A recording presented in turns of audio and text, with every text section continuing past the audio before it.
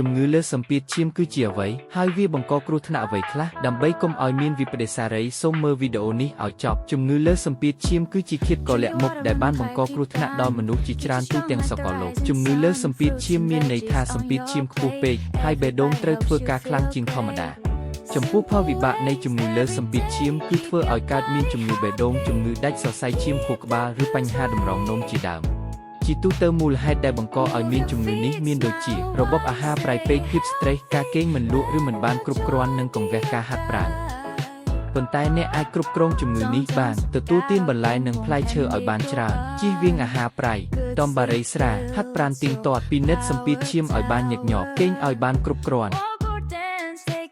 ចូលចងចាំថាសុខភាពល្អចាប់ផ្ដើមពីអ្នកមានសុខភាពល្អទើបមានអ្វីគ្រប់យ៉ាងបើអ្នកគិតថាវីដេអូនេះល្អសូមចុច like